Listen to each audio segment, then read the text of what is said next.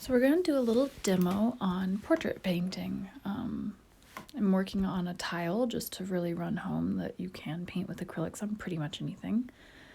It does mean that my paints, as they dry, might kind of move around more than expected because it's a slicker background to work on, or they might flake up, but they will work.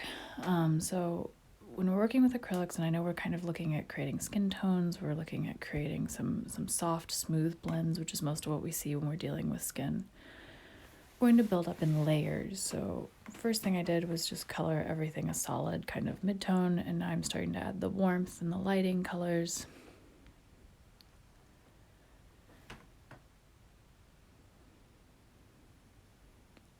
Add some shadows into the hair. So as I wait for that middle area to dry, I can work in other areas.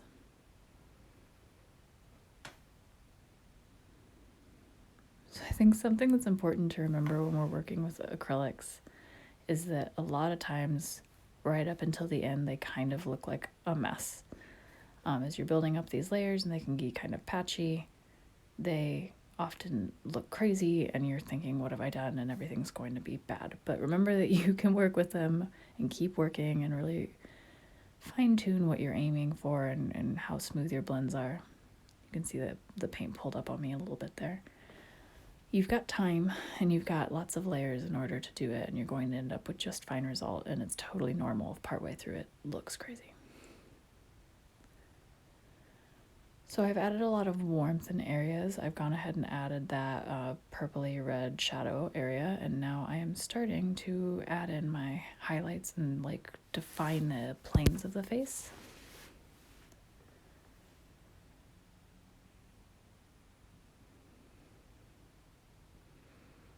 I'm laying down quite a bit of paint and then pulling out from it and dipping into other colors so that they sort of organically mix. I'm not using a lot of flat brush strokes. I'm using sort of rounded and pushing the paint into it, which is partially because of how slick this tile surface is. If I use brush strokes, it's going to leave texture that I don't necessarily want, and also it might pull up.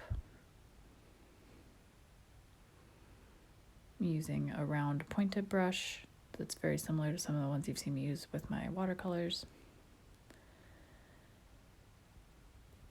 And I'm bouncing back and forth between these warm tones on the area where the light is hitting and these cool tones in the shadows, and trying to create a nice harmony between them without losing the highlights that sort of run down the side of the face over the eye socket.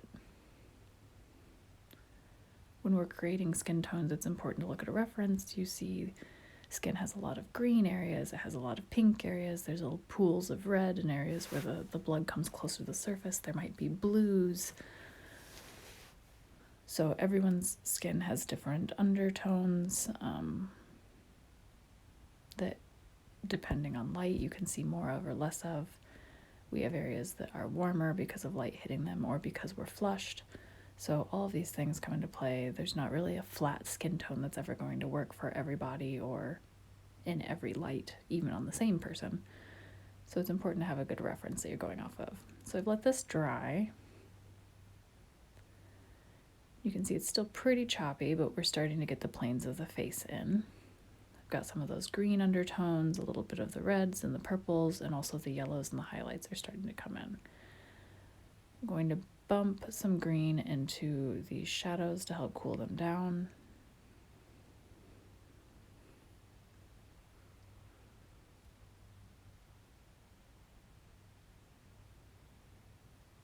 I'm going to do a very transparent yellow glaze, which pulls out from the green, that marries nicely and doesn't entirely hide all my layers underneath. Now I'm coming through with a pink mixed with a bit of white in a glaze and starting to define those cooler areas of the highlights. A small brush with a more highly pigmented amount of paint, but still I have some glazing medium in it to help it not be entirely opaque. Starting to block in our finest details, our darkest shadows.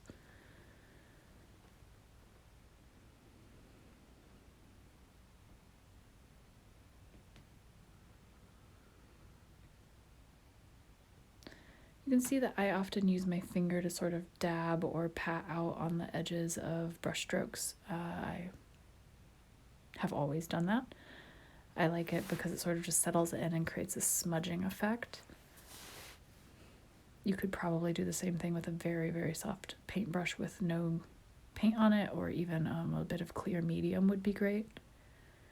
But I often find my finger is always close at hand, so you'll see me do that a lot. I usually do a little bit of like a soft sweeping motion, and then I tap it, and that really distributes and blurs the edges of my brush strokes. You can see we're finally starting to get some of our best lighting in there.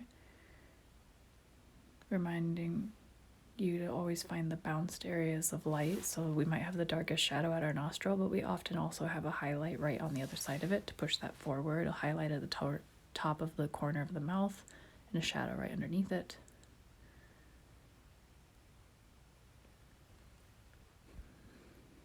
So we've lost a lot of our shadows here. Going and adding them back in. It's a lot of going back and forth and really finessing the difference between your shadows, your midtones, and your highlights. It'd be nice if you could just lay all the shadows down and they were done, but because of the nature of acrylics and the fact that they can kind of obliterate layers that are underneath them, you really kind of have to bounce back and forth between your different levels the entire time you're painting, unless you're very, very careful. But it helps me to do it this way because as I push my highlights brighter, it allows me to go back and realize I can also push my shadows darker. Using a little bit of green just to add into the shadows and deepen them and keep them from being so warm. The reference I'm looking at has a lot of really warm lighting. It has like a golden amber light and then a little bit of a red side light, which is why that shadow in the cheekbone goes so purple.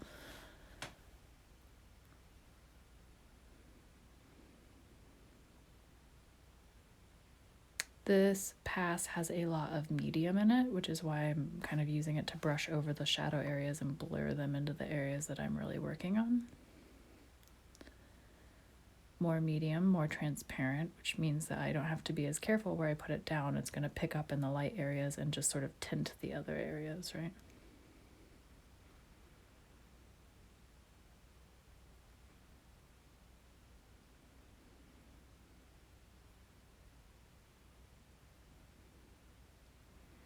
So you'll often see me pull all of the paint off of my paintbrush and return with it to soften the brush strokes I just did. So I might lay it down, then pinch all the paint off of it and either come back with it dry and clean to feather out areas, or put a little bit of clear medium on it and then feather out the edges.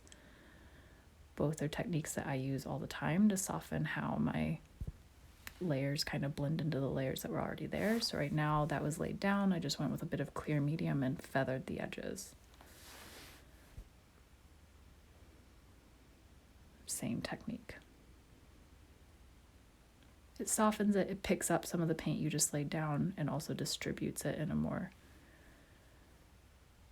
subtle way.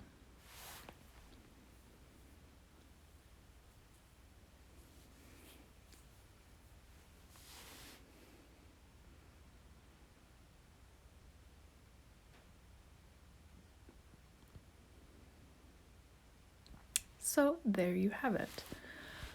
Just keep in mind that you can always work back and forth, that in the middle it often looks like craziness, and that tip to take all the paint off your brush and then use a dry clean brush or a little bit of medium to soften your layers and let them blend together, and let it dry in between. It really will be helpful. All right.